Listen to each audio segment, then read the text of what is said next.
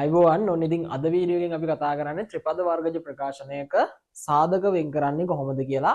Right, එහෙනම් අපි ගානට යමු. දැන් මේ විදිහට පද තුනක ගානක් දීලා තියෙද්දි එතකොට පුතේ මෙයාගේ සාධක වෙන් කරන්න නම් ඔයා දන්නවා පද හතරක් තියෙනවා. අපි එතකොට ඒකේ පද දෙක දෙක අරගෙන සාධක වෙන් කරලා ලියනවා. ඒක ඔයාලා දන්නවා. හරිද? හැබැයි මෙන්න මේ වගේ ගානක් දීලා තියෙද්දි අපිට සිද්ධ වෙනවා මේ පද තුන පද හතරක් බවට හදාගන්න. නැත්නම් අපිට මෙයාගේ සාධක වෙන් කරන්න අමාරුයි. අන්න එතකොට හරිද අපි කරන්නේ මෙන්න මෙයා අපි කියනවා මෙන්න මේ පළවෙනි පදයට මෙයා තමයි අපේ පළමු පදය. මෙයාට අපි කියනවා පළමු පදය කියලා. ඒ වගේම මෙයාට අපි කියනවා පුතේ මැද පදය කියලා. මෙයාගේ මම මේ දැන් නම කියන්නේ මෙයාගේ නම් ටික තමයි මම මේ වාට පැහැදිලි කරන්නේ. මැද පදය රයිට්. ඊළඟට මෙයාට අපි කියනවා අවසන් පදයේද? නෑ නියත පදය. නියත පදය අපි යට කියනවා නියත පදය කියලා. හරිද? එහෙනම් ඔන්න ඔය විදිහට තමයි පළමු පදය, මැද පදය සහ නියත පදය කියලා තමයි මෙයාලා වෙන් වෙන්නේ. එතකොට බලන්න දැන් මේ ගානේදී අපි කොහොමද මෙයාගේ පද හතරක් හදාගන්නේ කියලා. හරිද? දැන් මෙතන පුතේ පළමු පදය කියලා තියෙන්නේ. මෙන්න මේ පළමු පදයෙන් ඔයා මොකද කරන්න ඕනේ? මෙන්න මේ නියත පදය ගුණ කරන්න. එතකොට x වර්ගයෙන් මෙතන 6 ගුණ වුණාම අපිට එනවා 6යි x වර්ගය කියලා පිළිතුරක්. නේද? දැන් මේ 6යි x වර්ගය ධන උත්තරයක්ද එහෙම නැත්නම් ඍණ උත්තරයක්ද කියලා තෝරන්න. දැන් ධනයිනේ පුතේ ගුණ උනේ. එහෙනම් මෙයා මොන උත්තරයක් වෙනවද? ධන උත්තරයක් වෙනවා. හරිද? එතකොට දැන් බලන්න මෙයාව ඔයා අතු දෙකකට බෙදන්න. අතු දෙකකට බෙදා ගන්න. අතු දෙකකට බෙදෙන හේතුව තමයි දැන් ඔයා මෙයාගේ හදා ගන්න ඕන එකටම මොකද්ද? මෙන්න මේ ධන 6 හැදෙන විදිහ ಗುಣ කරලා මොකක් හරි සංඛ්‍යා දෙකක් ගුණ කරලා ධන 6 හැදෙන්නත් ඕන. ඒ වගේම තමයි ඒ සංඛ්‍යා දෙකම එකතු කරලා හරි එහෙමත් නැත්නම් අඩු කරලා හරි ධන 5යි x හැදෙන්නත් ඕනේ. එහෙනම් මේ බලන්න පොතේ දැන් අපිට ගන්න පුළුවන් සංඛ්‍යා ටික මොනවද කියන්නකෝ? එක් වරක් 6න් 6 හැදෙනවා. ඒක හරි. 6න් එකක් අඩු කරොත් 5 හැදෙනවා. ඒකත් හරි. එහෙනම් දැන්වත් බලනවා එකටම අපිට ඒක ගන්න පුළුවන්ද කියලා. මේ බලන්නකෝ. දැන් පුතේ 6න් එකක් අඩු වෙන්න නම් එකකට ධන ඇවිල්ලා අනිත් එකට ඍණ එන්න ඕනේ. හැබැයි එකකට ධන ඇවිල්ලා අනිත් එකට ඍණ එද්දී ඔයා හොඳට බලන්න ධනයි ඍණයි ගුණ වෙද්දී ඍණ උත්තරයක් එන්නේ. එතකොට හැබැයි මෙතන තියෙන මොන උත්තරයක්ද? ධන උත්තරයක්. අන්න ඒ හේතුව මත පදනම් කරගෙන අපිට මේ උත්තරය අරගන්න බෑ. මේ 5x ආවට අපිට මෙතනදී ඍණ උත්තරයක් එන නිසා. හරිද? දැන් අහගන්න ඊළඟ කතාව. ඊළඟට අපි බලනවා දෙවරක් තුනෙන් ගන්න පුළුවන් මෙයාව.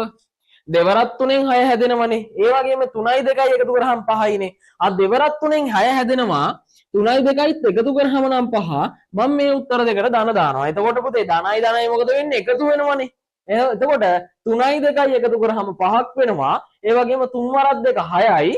ධනයි. එතකොට බලන්න පුතේ මෙතන 3යි 2යි එකතු කරාම 5යි. ධන 5ක් තමයි උත්තරේ විදිහට එන්නේ. කිසි ප්‍රශ්නයක් නැහැ. එහෙනම් දැන් ඔයා මෙන්න මෙයාව තමයි ඔයා තෝරගන්න ඕනේ. ඒ වගේම පුතේ හොඳට කල්පනා කරන්න. මෙතන 6යි x වර්ගය ඔයා මේ අතු දෙකට බෙදුවේ. එහෙනම් ඔයාට මෙතන අතු දෙකෙන් 2යි x වගේම 3යි x කියලාත් බෙදෙන්න ඕන.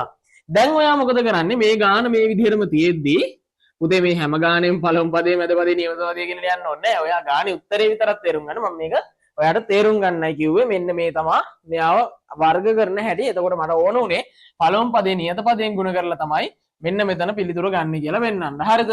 රයිට්. එතකොට මේ බලන්න. දැන් ඔයා කරන්නේ x වර්ගයේ පළමු පදේ එහෙමම ලියන්න. පළමු පදේ එහෙමම ලියනවා.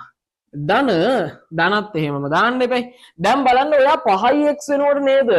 මෙන්න මෙතන තියෙන මේ 5x වෙනකොට නේද 2x සහ 3x හදාගත්තේ.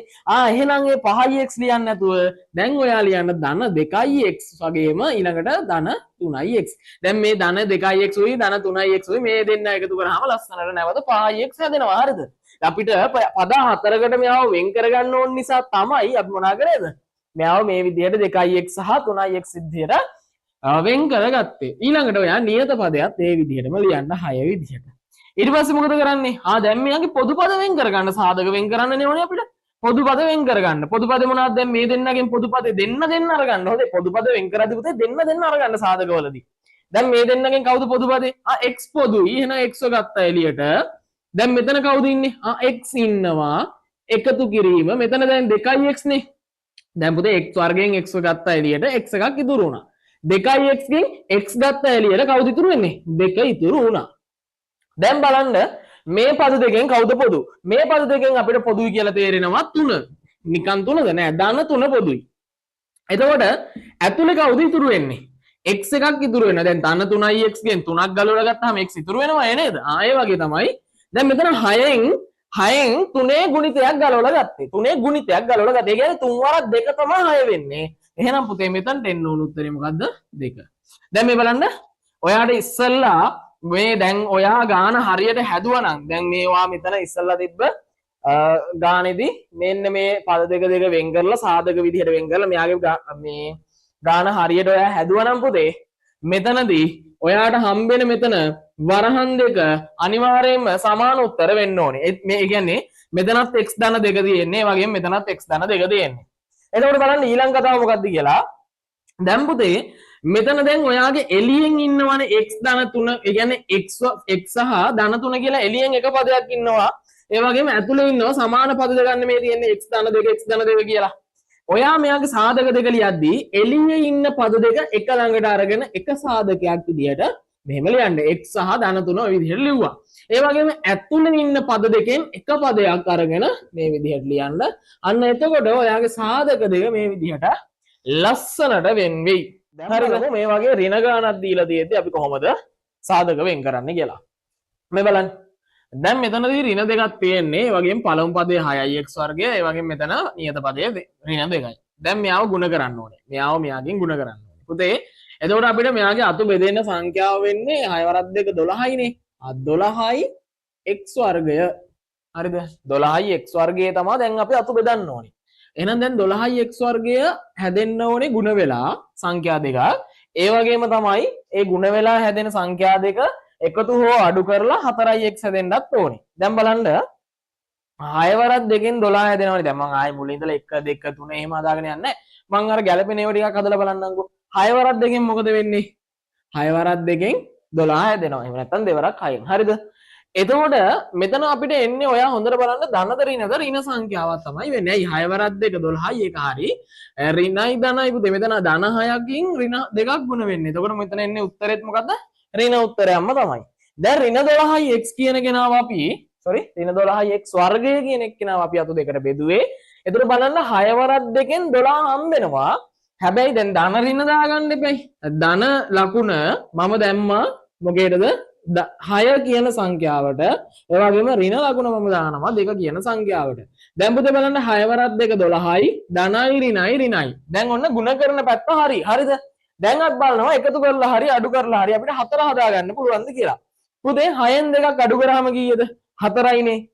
6න් 2ක් අඩු කරාම 4යි. හැබැයි හොඳට බලන්න මෙතන තියෙන්නේ මොන 4ක්ද? ඍණ 4ක් තියෙන්නේ. පුතේ අපි අඩු කිරීමේදී ඔයාලා ඉගෙනගෙන තියෙනවා ධනයි ඍණයි තියෙද්දී යම්කිසි ගණන් දෙකක් මොකද වෙන්නේ? අඩු වෙනවා ඒ ගණන් දෙක. එතකොට ඒ ගණන් දෙක අඩු වෙනවා වගේම තමයි වැඩිම සංඛ්‍යාවේ තියෙන ලකුණ තමයි පිළිතුරට වැටෙන්නේ. දැන් මේ බලන්න මෙතන තියෙන්නේ 6. 6ේ තියෙන ලකුණ තමයි මේ පිළිතුරටත් වැටෙන්නේ. කියන්නේ 6න් 2ක් අඩු කරාට වැඩක් නැහැ. දැන් 6න් 2ක් අඩු කරාම අපි දන්නවා 4යි කියලා.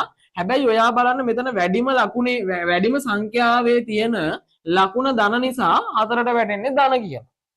අන්න ඒ හේතුව නිසා අපිට සිද්ධ වෙනවා මෙතන ලකුණු දෙක මොනා කරන්නද? මාරු කරන්න. හරිද? දැන් බලන්න මොකද වෙන්නේ කියලා. 6 වරක් 2 12යි ඒක හරි. ඍණයි ධනයි ඍණයි. අන්න ಗುಣ කිරීම ප්‍රශ්නයක් නෑ දැන්. දැන් බලන්න 6න් 2ක් අඩු කරාම 4යි. ඍණයි ධනයි කියන්නේ ඍණයි ධනයි තියෙද්දි පුතේ කොහොමද අඩු වෙන එක නෙමෙයි. ඒ නිසා අපි 6න් 2ක් අඩු කරා. දැන් පුතේ 6ට තමයි ඍණ තියෙන්නේ 2ට තමයි ධන තියෙන්නේ. එහෙනම් 4ට වැටෙන්නේ ඍණ ලකුණද ධන ලකුණද? ඔව් 4ට වැටෙන්නේ මොන ලකුණද? ඍණ ලකුණ. එහෙනම් ඇයි ඒ ඍණ ලකුණ වැටෙන්න හේතුව මොකද්ද? වැඩිම සංඛ්‍යාවේ තියෙන්නේ මොන ලකුණද? ඍණ ලකුණ. ආන් ඒ නිසා 4 කියන සංඛ්‍යාවට වැටෙනවා මොකද්ද? ඍණ ලකුණක්. හරිද? එහෙනම් අපිට හම්බුණා මෙයාගේ පද දෙක මොකද්ද? 6 ඍණ 6යි x සහ ධන 2යි x. හරිද? රයිට්. එතකොට බලන්න දැන් එහෙනම් අපි මෙයාගේ පළමු පදේ ලියනවා 6යි x වර්ගය. ඒ වගේම 4යි ඍණ 4යි x වෙනුවට ලියන්නේ මොකද්ද? ඍණ 6යි x සහ ධන 2යි x. එහෙනම් ඍණ 6යි x ඒ වගේම ධන 2යි x ලිව්වා. ඊට පස්සේ පුතේ නියත පදය ඍණ 2 ඒ විදිහටම ලිව්වා. දැන් බලන්න මොකද වෙන්නේ? දැන් මෙයාගේ අපිට මොනවද කරන්න පුළුවන්? පොදු පද අයින් කරන්න පුළුවන්. පුතේ හොඳට බලන්න මේ දෙන්නගේ පොදු පද දෙක මොකද්ද? මේ දෙන්නගේ පොදු පද 6ix පොදුයි මේ දෙන්නට. එහෙනම් 6ix ම අයින් කරන්නකෝ. 6ix ම අයින් කරා ඔයා. දැන් මොකද වෙන්නේ? එහෙනම් මෙතන බලන්න මොකක්ද ඉතුරු වෙන්නේ කියලා 6ix අයින් කරාම පුතේ x වර්ගයක් නේ මෙතන තිබ්බේ. x ඉතුරු වුණා. ඒ වගේම ඍණ මෙතන 6ix අයින් කරාම දැන් සර් මුකුත් නැහැ බිඳුවයිද? නෑනේ පුතේ. මෙයාව දැන් 6ix මෙතනින් බිඳුවෙන් ගුණ වුණොත් බිඳුවනේ එන්නේ. 6ix එකෙන් ගුණ වුණොත් තමයි 6ix එන්නේ. එහෙනම් මේ බලන්නකෝ.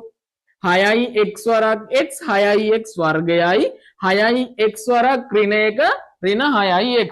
ඔන්න උඩ පිළිතුර අපිට හම්බුණා. ඒ නිසා මේක හරි. දැන් බලන්න මෙතන මේ පද දෙකෙන් කාවද එළියට ගන්න අපි එළියට ගමු ධන දෙක. ධන දෙක එළියට ගමු. දැන් බලන්න මෙතන ධන දෙක එළියට ගත්තට පස්සේ 2x ගෙන් කවුද ඉතුරු වෙන්නේ? x ඉතුරු වෙනවා. හරිද? x ඉතුරු වෙනවා. ඒ වගේම තමයි right x ඉතුරු වෙනවා. ඒ වගේම තමයි දැන් මෙතනදී ඍණ දෙකෙන් දැන් ඍණ දෙකකින් දෙකක් එළියට අරගත්තා. දැන් මට ඉතුරු වෙන්නේ මොකද්ද? ඍණ දෙකක් ඍණ එකක් sorry ඍණ එකක් ඉතුරු වෙනවා. එතකොට බලන්න ධන දෙවරක් x ධන 2යි x ධන දෙවරක් ඍණ 1 ඍණ 2යි. හරිද? ඇයි ධනයි ඍණයි දෙවරක් 1 2යි. දැන් ඔයා ගාන හරියට හැදුවා නම් පුතේ ඔයාගේ මෙන්න මේ විදිහට වරහන ඇතුලේ තියෙන පිළිතුරු දෙක සමාන වෙනවා. අවුලක් නැහැ. දැන් x ඍණ 1යි x ඍණ 1යි කියලා වරහන ඇතුලේ තියෙන පිළිතුරු දෙක සමානයි. ඊට පස්සේ මම මොකද කරන්නේ? මේ එළියෙන් තියෙන පද ටික වෙනම ලියනවා. ඒ වගේම ඇතුලෙන් තියෙන පද ටික වෙනම ලියනවා. එතකොට මේ බලන්නකො මොකද වෙන්නේ?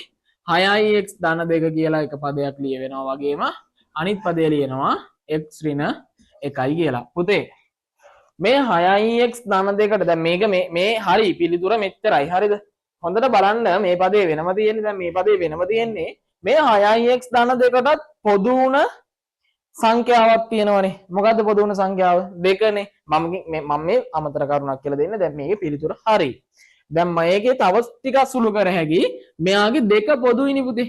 2 එළියට ගත්තාම ඉතුරු වෙනවා 3x ධන 1 වාරයක් x ඍණ 1. දැන් බලන්නකෝ. දෙවරක් 3 6ix දෙවරක් 3ix 6ix වුණා. දෙවරක් 1 2 වුණා. ඒ කියන්නේ අපිට පුළුවන් මේ විදිහටත් එළියට අරගෙන පිළිතුරු තවත් සුළු කරලා උත්තරේ තියන්න. හරිද? right දැන් තේරුණානේ මොකක්ද උනේ කියලා.